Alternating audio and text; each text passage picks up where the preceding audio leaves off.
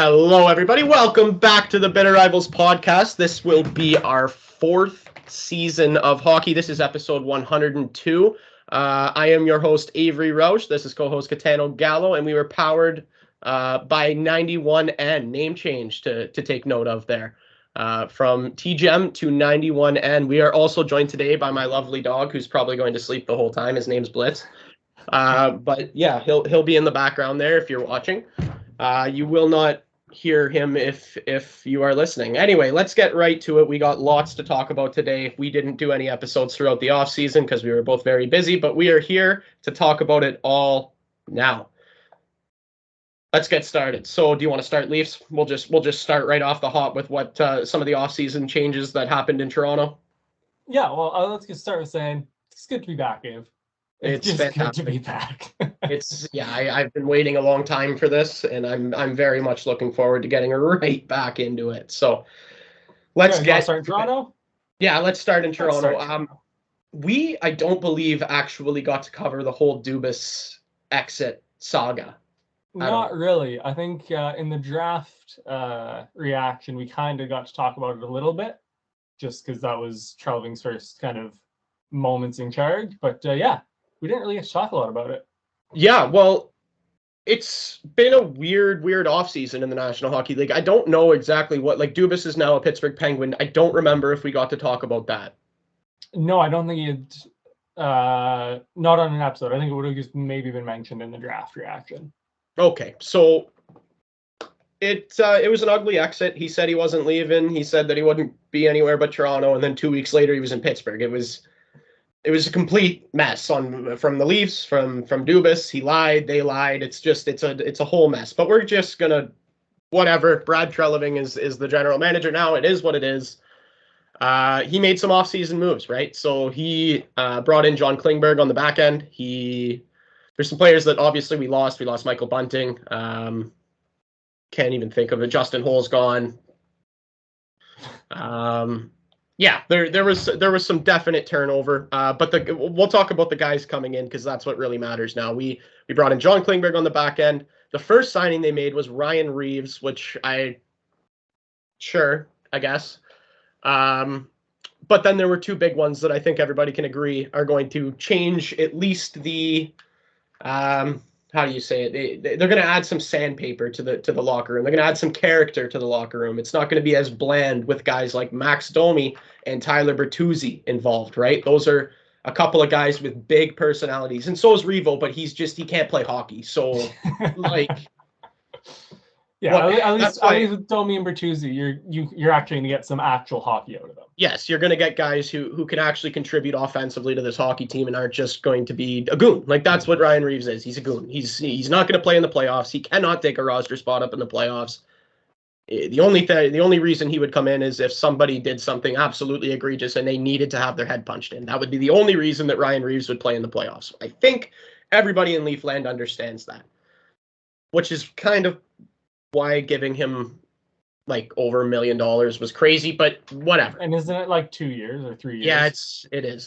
That obviously means there was a market for him, but I just don't know why we had to be a part of it at that price. Like, but whatever. We'll see what happens there. It might be a great thing. Who knows? I can't see it, but it might. But let's talk about the other one. So John Klingberg is going to be the power play one quarterback. At least that's what's happening at the start of training camp, which is displacing Morgan Riley from being the power play one quarterback. Interesting move. I think Klingberg's upside offensively, like a couple years ago when he was in Dallas, maybe more than a couple now, but he was one of the best in the league in terms of offensive defense, right? Like he was.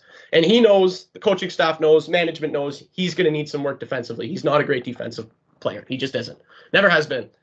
He's been that offensive Swedish guy. Like think of all the great offensive Swedish defense. Erik Karlsson. Lidstrom was obviously elite defensively, but another elite Swedish defenseman in terms of offense. That's what we're getting here. Maybe an older version of that. He was not that great last year on the Anaheim Ducks, but that's because he was playing for the Anaheim Ducks, who was just awful, right? Like, he's going to look a lot different on arguably one of the best teams in the league, which is the Toronto Maple Leafs, right? Yeah, you hope anyways. You would think. We can agree that that's likely going to, like, his numbers from last year are likely not going to be replicated this year. He's going to improve them. Yeah. Right? So that's really all they did for additions on the back end. But let's talk about the Bertuzzi and Max Domi addition. So I'd like to hear your opinion on the Max Domi addition because you've watched him play before. You've watched him play for the Montreal Canadiens before. So I want to hear what you have to say here. Yeah, I think he's an interesting signing. You're going to get energy from him. That's like the key thing. And I think that's something the Leafs could probably use up front. Not to shit on their guys, but other than Bunting, they kind of don't have that like energy out of the guy who's just going to run around and hit everything that moves and also chip in a bit offensively. Obviously in Montreal, it didn't work out quite as much. He didn't put up the numbers we were kind of hoping from him, but we were also playing him as our 1C. And I think if you can bump him out to the wing, have him playing off, a Matthews or a Nylander or John Tavares or someone, I think you might see a little more. But I also think that he's the type of player that thrives in like under pressure in big situations. Like when you saw him play junior in London, he was one of the best players in the league. Always lit it up for Canada at the juniors. Then he went to Arizona where they have like 6 fans and it didn't really pan out. And then, came to Montreal and it was like pretty good for us. So he didn't light the world on fire, but he was not terrible. And then ended up in Columbus and it kind of fizzled out there. And then he's been kind of bumping around in like smaller markets. So I'm hoping for your sake anyways, not when he plays the Habs, but I'm hoping for your sake that like the pressure of the Toronto market's going to kind of light that fire in him and he's going to kind of take off. So I think what's important to think about with Max Domi, you're right. He does bring the fire. He does bring the energy. He's not his dad. And people need to realize that because I think that's an issue that's going to plague him from the start. People are going to expect him to come in here, especially casuals are going to come in here and expect him to be exactly what his dad was. And he's just not. He doesn't fight that often. He's chippy, but he's been one of the bottom of the barrel in terms of hits for forwards for almost his entire career. He's not a big hitter. He's not going to lay guys out. He's chippy. He brings energy. He chips in offensively. Those are all things that we need. And that's, to me, what a modern agitator, modern tough guy should be. Maybe a little more action with the body I'd like to see, and he'll probably have that opportunity this year because I don't know where he's going to fit into the lineup. He might fit into a checking role more than anywhere else. So that might be what he has to do. And, he's got quick feet. I think that's important. Oh, yeah. In terms of what we want from him is we want him in on forechecks. Like that's going to be Max Domi. That should be exactly what Sheldon Keefe tells him right now. I don't care how many goals you score. I don't care how many assists you get. I don't care how many power play minutes you get. What I care about is how many pucks you can turn over behind the other team's goal line. That's what I want. That's what I want from you, Max Domi. And let's segue this into the William Nylander center argument because that's what has transpired here over the first few days of training camp, first week of training camp. It's been a shift of William Nylander over to center on the third line instead of playing the second line wing with John Tavares, and he has Max Domi and Calle Yarncroke on his wings. And even if you listen to Max Domi talk during his press conferences after practice and stuff like that through training camp here, he said, my job is to William Nylander can get to open spaces. My job is to get him the puck in those open spaces. And if that's the mentality that he's coming into the year with, I think that's fantastic. I think that's exactly the mentality he should have because I don't think we're going to talk about this a little more later. We had a little precursor discussion. I'm not sure if he'll be a top line or even a second line guy. And it's not because he's not good enough for that. It's because I think they want to make the lineup a little more even throughout. And that's part of moving Nylander to center, which, by the way, I'm conflicted on. I'm not sure if I love the Nylander to center move. I think he has all of the skills in order to make it work. I think he's a good enough skater. It's just the consistency. And we've talked about this with William Nylander for years. For years. It's been the only knock on the guy. When he is playing at his best, he's one of the best players in the National Hockey League. When he is on top of his game, he is a top 10, top 15, whatever you want to say, player in the league. But he's not always that guy, right? And that's the issue. And you need a guy who's always going to be consistent when you have him up the middle, right? Yeah. And the two line, so the first line in training camp right now is Marner, Matthews, and Bertuzzi. Second line is Lafferty, Tavares, and Nice right now. And then the third line is Nylander, Järnkrok, Domi. A lot of people are making the argument that that third line is probably your second line, right? Yeah. I don't, and I think a big reason for that, I love Sam Lafferty. I love what he did for the team last year coming in from Chicago, but he is not a second line. Yeah. He's not a second line forward in the National Hockey League. He's just not, right? Like, he's a bona fide third, fourth liner, bottom six guy. Like, he can't. Hey, and there's nothing wrong with that. There's absolutely nothing wrong with that. It's no, just, especially he doesn't make a ton of money. I think it's like it's a great role for him, but like, he's not a second line winger, man. Like, I'm sorry. You can't take Nylander off that wing, put Sam Lafferty there, and expect Tavares to be anything close to what his potential can be, right? Like, yeah. Come on. Come on. That's like LeBron back when he was trying to win championships with the Cavaliers before he went to Miami. It's LeBron and four guys that you've never heard. Like, you can't do that. It's the same concept here, right? Yeah. You're replacing the Lambo on his wing with a Prius. Yeah, you just can't do it. You just can't do it. Exactly. So that's kind of how training camp's gone so far. I'm intrigued. I don't know if Nylander's going to be the third line center on December 13th this year, but I think he's going to start there. You know, and it's going to be interesting to see what happens. I'm looking forward to it. I just hope he can be consistent, because that's what we need out of him if he's going to play center. We need consistency. So that's all I got for Leafs training camp to this point. Can I ask about the Matt Murray situation? Yeah, sure. What's your question? So how do you see this coming out? Like, resolve it? Because he's got it's a long-term injury now, right? Yeah. Robidas Island, dude. Yeah, that's it. Done. He'll never play an NHL game again. Never. And then you'll run Samsonov and Joseph Woll. Well, That's right.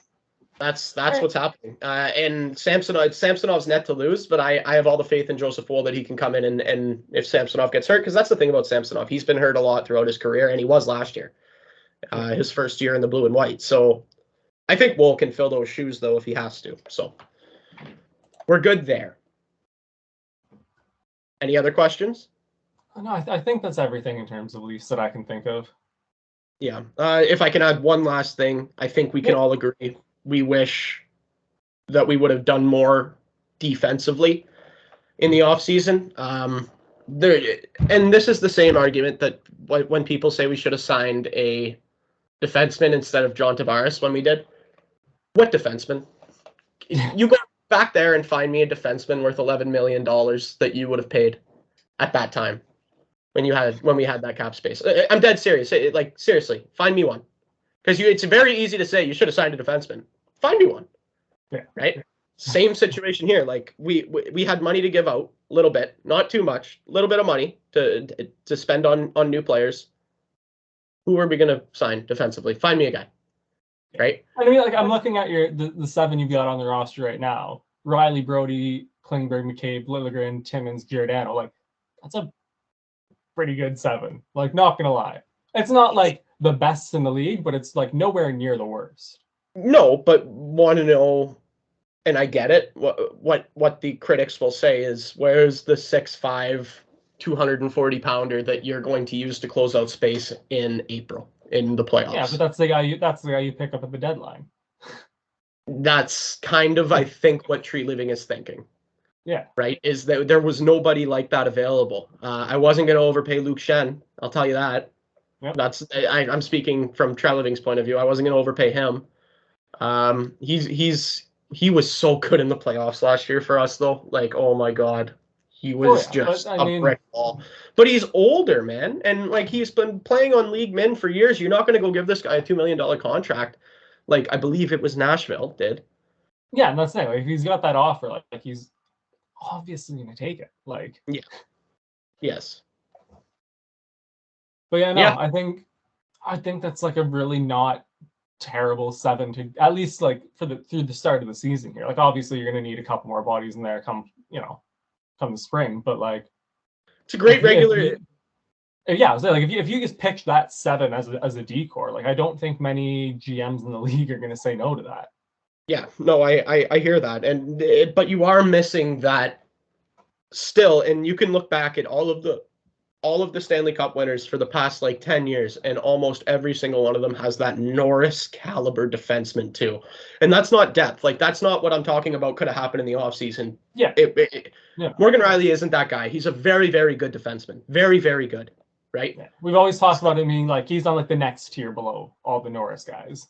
Exactly, right? So like we're talking like Vegas, Pietrangelo, Shea Theodore, Tampa, Stamkos, or not Stamkos, Hedman and Sergachev. Like those are elite defenders. Colorado had Makar and Devon Taves, right? Yeah. The only argument you can make maybe is Pittsburgh went a couple of years and they used like 30 defensemen or something. And yes, they have Chris Letang, but I don't know if I put him in the same tier as guys like Pietrangelo, Shea Theodore, Cale Makar, Devon Taves. I think at that time you would have. At that time, he was definitely in that discussion. He's not a shutdown guy, though, right? Like, that's the thing about all those other guys that I'm talking about is they're all shutdown Norris caliber defensemen. You need, like, if there's a minute and a half left in a game, they're out there, no questions asked, right? I don't know if Chris Letang's that guy. I just don't. He's a great power play guy. He can move the puck well. He skates well, but he's not a big 6'5", 240 lanky guy who you can't like just stops everything. It's not Shea Weber and Ben Sherrod and Edmondson and Petrie. Like I get it. Yeah. Exactly, and that's what worries me is that, and we know that because of the way the game is officiated in the playoffs, there is no space in the playoffs, and you need those guys to take space away from other teams because all the other teams have guys that take space away from your best players, and that's why we see guys like Mitch Marner struggle in the playoffs, is because he operates with space, right? But like again, to your point, like who find that guy? Who were those guys this offseason? It was Luke Chen, who you weren't going to pay $2 million. No, and he's not the Norris guy either. He's just a big guy, right? Who hits like that's really, there's nobody that fits both of those categories that's available basically at any point anymore. Exactly. It's there's only like maybe 10 of them in the league, man. Like and they're all on the teams that are competing. At this point, if you want that guy, you need to draft that guy. Like you're not signing that guy in free agency. You're not trading for him. Like you have to draft that guy. Yeah, unless you're Vegas and you just get Shea Theodore from a fucking expansion draft and then trade for sign Pietrangelo like it's nothing. Like then you can just and just forget like what even is a cap. But yeah. Yeah, no, I think I think that's a really good decor. Only running around 22 million in cap for that whole group is like also he's not terrible. Yeah. So I hear you. All right, let's get to Montreal training camp. Let's talk about that. Well, let's pick up where we left off last year. Christian Dvorak is out till November with a knee injury. Love that. It's just a great start. And that's the one thing the Habs wanted from this year. Like above anything else is just like health. Like just we don't need to be missing 10, 15 guys, and we start the season with one out. It's only Christian Dvorak. I'm not too worried about it. Yeah. One of the biggest, maybe biggest is the wrong word, but one of the most interesting storylines coming out of Montreal is Logan Mailloux being cleared by the league to play in either the NHL or the AHL. The official announcement hasn't come out yet, but the last couple of seasons he hasn't been allowed to be part of rookie camp or like any of the scrimmaging and training stuff because he was what's the word I'm looking for? He wasn't suspended. It was just anyways, he wasn't allowed to fucking play. He wasn't allowed to do anything with it. Like rightfully. How do we put this here? Yeah, like rightfully so. Like he was not allowed to be a part of anything. He was allowed to do like his like medical testing, and basically that's it. Yeah. But yeah, so he has received the green light to play. What I would like to see is when the official announcement comes out, like the league doesn't have to do this, but I think the Habs should, is they need to like outline exactly what like steps he's taken and what amends he's made to like attempt to be this better person that they're saying that he is. Like, I don't know like legally how much I can say like he worked with like this doctor or that therapist or like, but like they need to be like, this is what he's done. This is what he's going to continue to do. And like, I think that's kind of the best way to approach this. It's a shitty situation regardless. Yeah, no, and it's one of those situations that like it's really, really touchy to talk about, right? Yeah. I'm having to choose my words like super carefully. I've been like really trying to like get this right because I want to get this right. I want to make sure that I get how I feel right. Because like I've said a million times in the podcast since we drafted him, like if he sneezes in the wrong room, his career should be over at this point. Like he is walking the thinnest line. And I think if the Habs go out and say like, this is exactly what he's done, this, that, and this is what he's going to continue to do, like this, that, that's the best case for everyone. Because he's outwardly proving that he's trying to be a better human being, you know, and it kind of gives him that, I don't want to call it leeway, but it kind of gives him a bit of breathing space to be like, okay, like it's publicly like, this is what I'm doing. It's not like just I really hope the Habs don't like keep it private. I really hope they fucking talk about it out loud and kind of help like not squash it, but just like end the stigma of like not talking about things like this. You know what I mean? Because this is usually in the hockey community, it's very like hushed up and like quiet. Like this needs to be something that is like publicly talked about and continues to be publicly talked about. Yeah, well, and correct me if I'm wrong. I remember hearing this. I believe it was last training camp. Was he not leading like sexual misconduct classes for the rest of the team? Yeah. So apparently, like that's something that like most teams have been doing for a while now. Is just like shit like that, like online like safety things. And yeah, and he was like one of the guys who was like very like vocal and like contributing and adding to things, which I think was a really good step. It kind of showed he wasn't like shying away from his mistake, was owning it and saying like, yeah, like this is what happens if you don't, you know, if you're an idiot, this is what's going to happen. I know he was also living with Nick Suzuki. I know it was last training camp and preseason cycle, like Suzuki brought him in. I don't know if he brought him in this year, but I also think that's good because, not just as Nick Suzuki our captain, but he's also like a really young captain. Whereas, I'm not going to, and I don't mean this as shots towards like older players, but there might have been that culture of, oh, like, whatever, you just got caught with like the older group. Whereas this younger generation, there's actually just a lot more like accountability and responsibility. So I think that like, I don't know. And it like sucks that that's the reality, but it just kind of is, you know what I mean? Yep. So yeah, I think he has so far taken all of the right steps to, I don't want to call it redemption, but to kind of like back to normalcy. Yeah. And I kind of hope that it continues. And I don't care for the hockey end. Like if he's a career AHLer or a career bottom six guy, whatever. Like that's not what I'm worried about here. Like that's the last of my things. Whether he maybe makes the team this season, whether he gets, maybe starts in the AHL, gets called up, like couldn't care less at this point in regards to him. Just like be a better human. Yes. Do you think that your current GM Kent Hughes looks at this draft pick that Bergevin made however many years ago now? What was it? 3 years ago? 4 years ago? It would have been 2-3 years ago. Yeah, it was the 2021 draft. And just goes, why the fuck is this my problem? Like, why even make that draft pick at that time, especially after Buddy said he literally did not want any team to pick him, and then they take him in the first round. Like, what? Yeah. Like, can we agree? You used to be a Bergevin defender here. Can we agree that Bergevin just doesn't, like, he had no clue. Like, he had no clue. Look, like I said at the time, I didn't like the pick. Like, I was very vocal about that.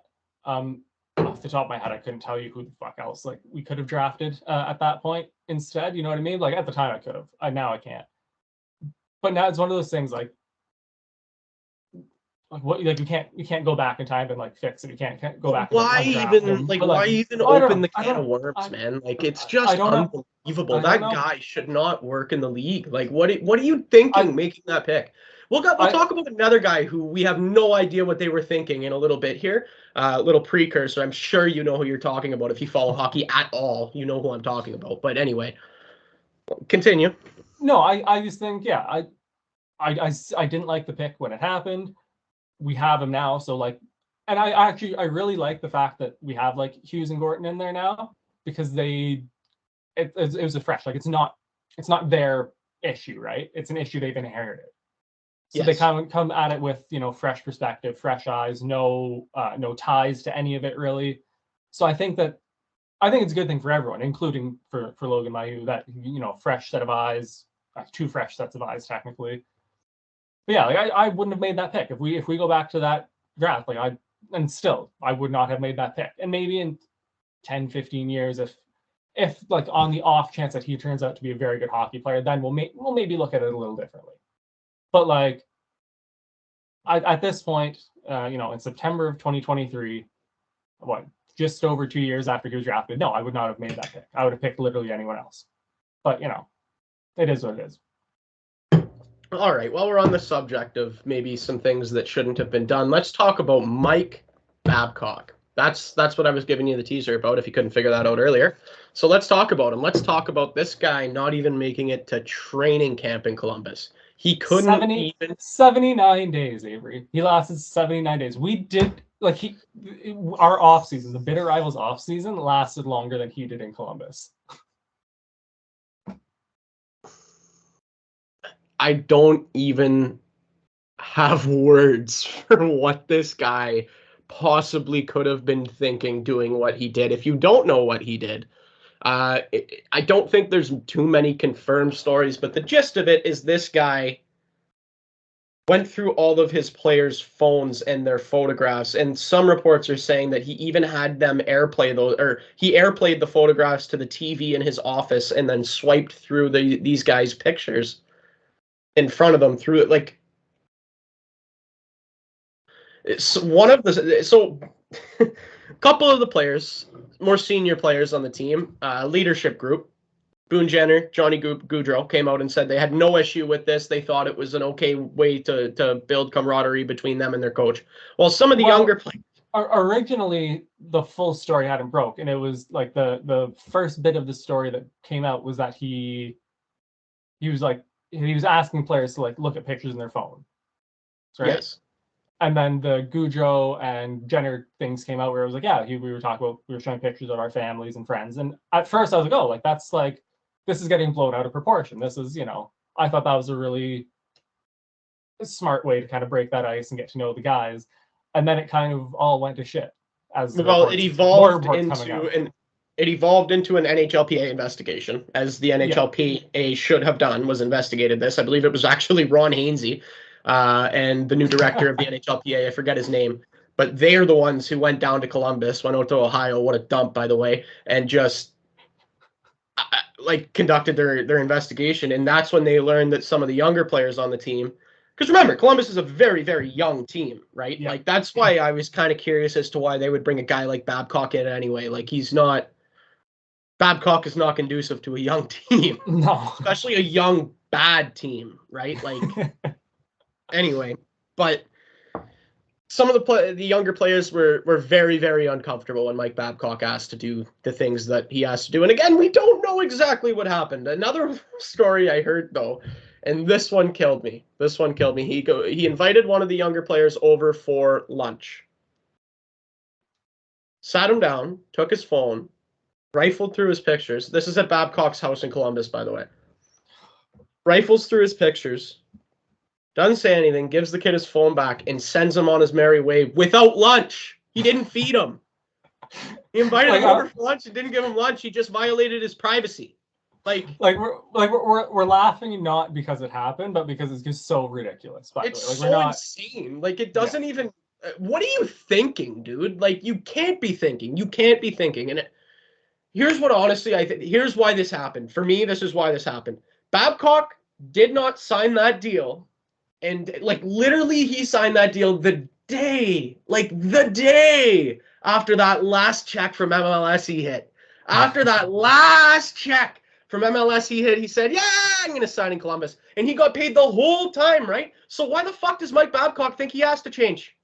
He's thinking Columbus wants Mike Babcock, not this new version of Mike Babcock. And want to know why they think that? Because he didn't go and do rehabilitation. He didn't go learn how to treat people. He sat in his fucking cabin. He coached a team, a high school or university team in Saskatchewan. He did nothing to change the person that he is because he's a shitty guy. I think everybody can agree Mike Babcock is a shitty guy.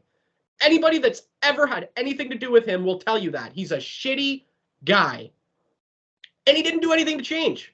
So why, after doing nothing to change, and they come calling Columbus, asking him to come coach their team, why would he think that they want anything other than the Mike Babcock that has always been, right?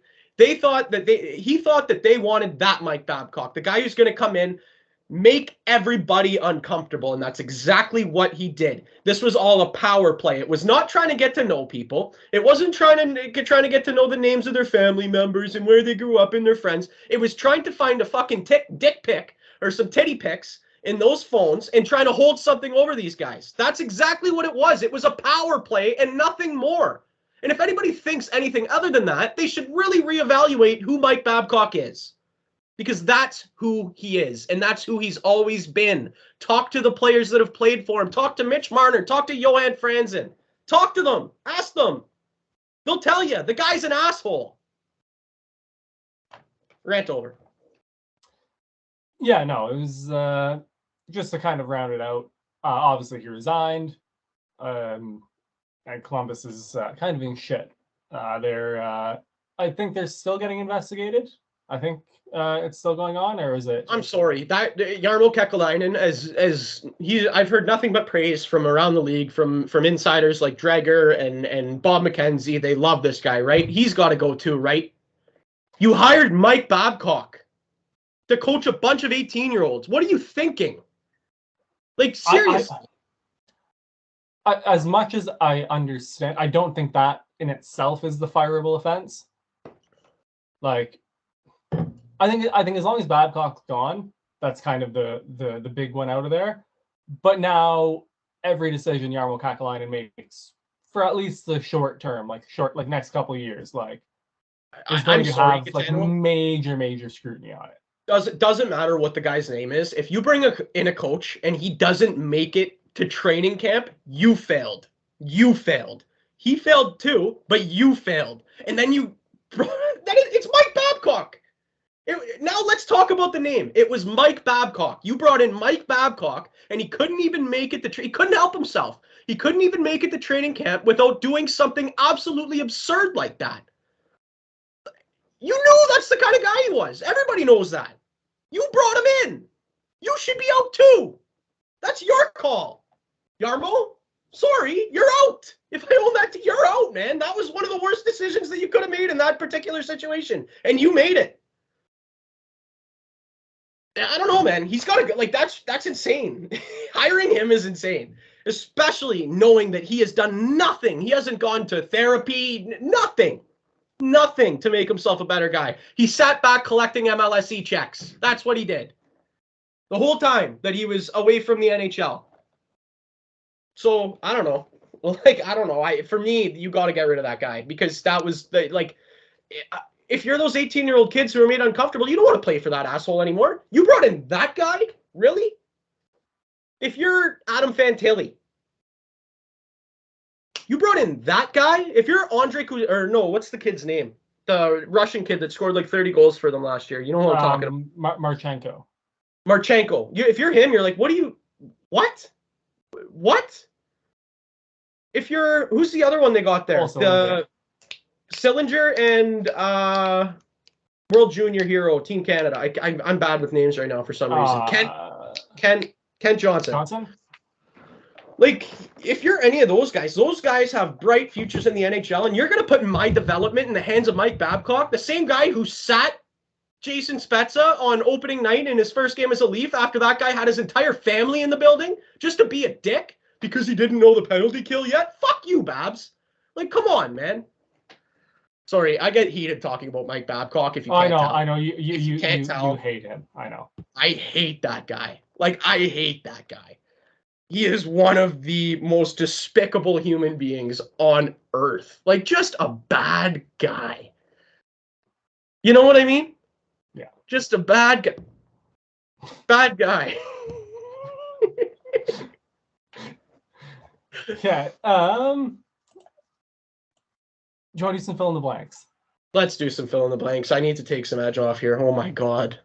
All right. Well, so let's start with a nice like light, easy one. Montreal Canadiens starting goaltender on opening night will be blank. So really, you have two options: it's Jake Allen or Sam Montembeault. So hear me out here. I'll bet you we have opposing viewpoints on this one. I'm going to go Jake Allen, and it's not because I think he's a better goalie. It's not because I think anything other than the fact he's been in the league a very long time, and you know what you're going to get with Jake Allen. And with a young team that, let's be honest, probably isn't going to make the playoffs this year, you want to have that kind of stability in net. You don't want to throw a young guy in there who's just going to get lit up again like he did all last year and just break down all of the confidence that he has. It's almost to protect Sam Montembeault that I would put Jake Allen in the net. Fair argument. I am going to go with Monty. I think he definitely last season took major steps forward. To the point where he got a call up to the Canadian national team for the World Championships and was a starting goalie as they won. I think that was the World Championships. There was a really good starting point for him, kind of a building block of maybe taking that next step. And again, not saying that he's going to be a superstar goalie in the league, but I think that was a really good step towards being a legit number one in the league. And I think not starting him on opening night would kind of be popping the balloon a little bit. So I think Monty starts on opening night. And you know what? I don't know if there's too much of a wrong answer there. I think we both make pretty valid points. And if I needed to make an argument for your side, I would say that you want this guy to grow with his teammates too. If Montembeault is your future, then you want him to grow with his teammates as well. You want him to grow with this young core. Yeah, he's only 26. And so there you go. If you foresee this guy 5 years down the road being your starter, then yeah, you're probably right. It's a good idea to have this guy in there. I just wish that you guys had a little bit more to protect him. That's all. Oh, I know. Yeah. That decor is still really young, and it is not. They've got some experience now. Most of these guys had full seasons, worth of experience now. But yeah, it's still really the only senior guys in that back end are Matheson, Savard, and Chris Weidman, and that's maybe not the best for this season anyway. I think in the next couple of years it'll look a lot better. But anyways, especially in the tough division, man. It's a tough division. I know. Oh my god.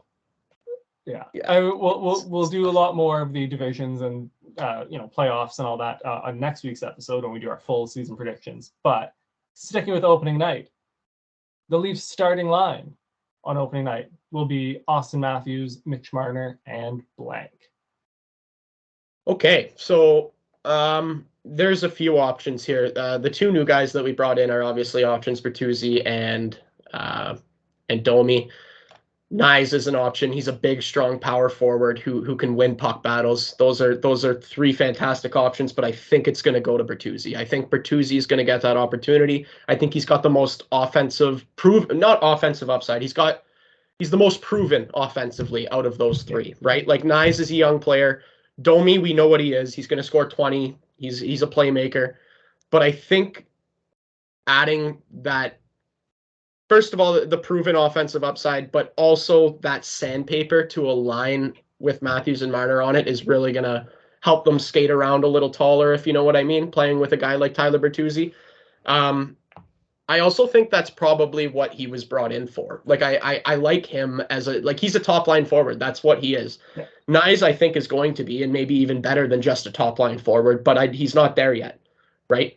I love Matthew Nyes. That would probably be my second choice. I would go Bertuzzi, and if it doesn't work out, throw Nyes up there. Also, I don't really like Nyes with Tavares, which is kind of throwing me off a little bit, but I still think it's going to be Bertuzzi on opening night, and that's how they're running it right now. So we'll see. I think that's where we'll go. So, and it's almost the exact same argument for me, except the big difference for me is Max Domi's speed. Max Domi is legitimately fucking rapid. He can wheel. And I think if you can mix a bit of sandpaper, a bit of offense, and then add a little bit of speed, someone who can actually physically keep up with Matthews and Marner, I think that might be the difference for me. And just having seen him play before, actually watching and investing time watching him play, I think he would be really, really good playing with those two. Yeah. He's always been a little more pass first, which is great for Matthews, but also can finish if a guy like Marner is feeding him. So yeah, I would go Max Domi, but I don't think that there's an overly wrong answer there either. And that's a great problem to have, right? Is three guys that you probably wheel in and out of that first line left wing spot, right? Like you can have any of those three guys there, and I don't think anybody would be too upset. So good problem to have. Let's move on to our third and final fill in the blank, Gitano. So we haven't talked about him a lot, and I feel like we're going to talk about him a lot. Yes. Connor Bedard. How many points is he going to score this year? I would like at least a goals total as well. Okay, so this is tough because I could see him scoring 40. I could see him scoring 25. It could go either way. I'm going to go somewhere in the middle. My guess for his goal total, I'm going to be very specific here. I'm going to guess he has 33 goals and 70 points. See, I have like the same thing where I'm like immediately I want to be like, yeah, he's going to go 40 and put up 100 points. But that Chicago team is so bad. They're bad, but if he gets to play with Taylor Hall though, like Taylor Hall. Yeah, Taylor Hall's like Taylor Hall's like good, but former Hart winner Taylor Hall.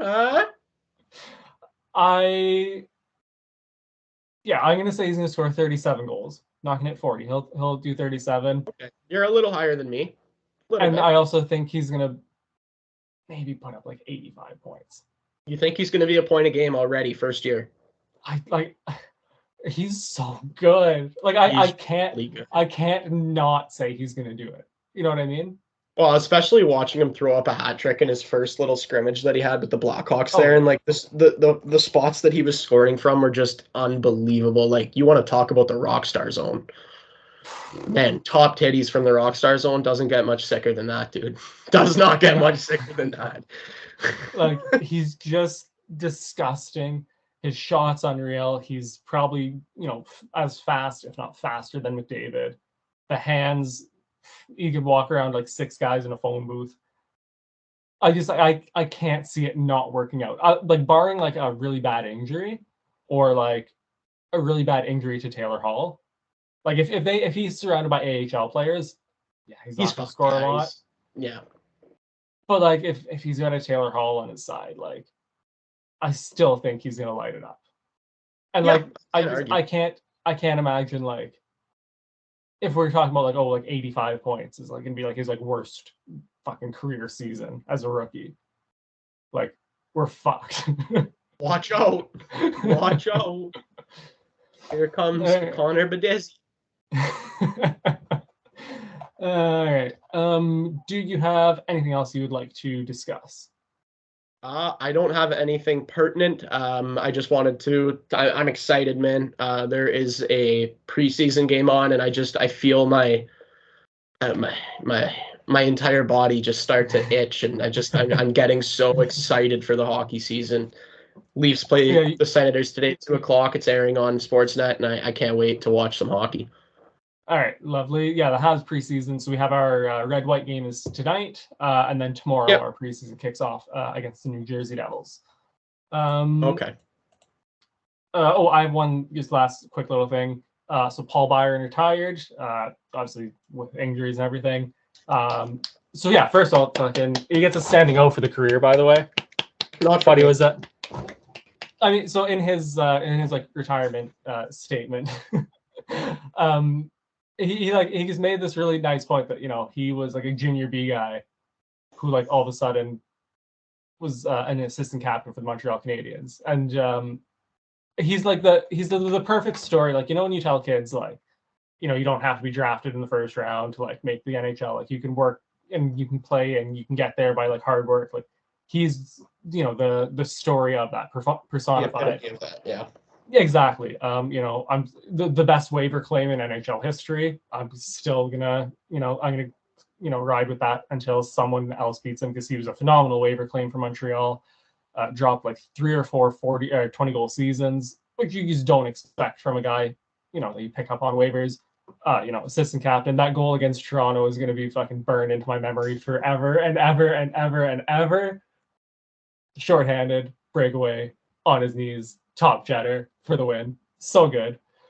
But yeah, just like a phenomenal player, even more phenomenal professional and person. And I'm super happy that he was unemployed for a whole 45 seconds because he's, I forget his exact title, but he's basically working in player development in Montreal, which is fucking sick. So yeah, all the best in retirement. And thank you for everything, Paul Byron. And that's it for me. Unless you got anything else, we can wrap this right up. All right. Well, thank you for listening to episode 102 of the Bitter Rivals podcast, the first episode of the 4th season of hockey that we will be covering, which is crazy to think about. Thank you to 91N. Again, name change from TGM to 91N. Go give them a follow on all their social media platforms. And thank you again for your support and assistance with this whole podcasting thing. We are out. We will see you next Sunday for episode 103, 1 week closer to the National Hockey League season. Thank you for listening today.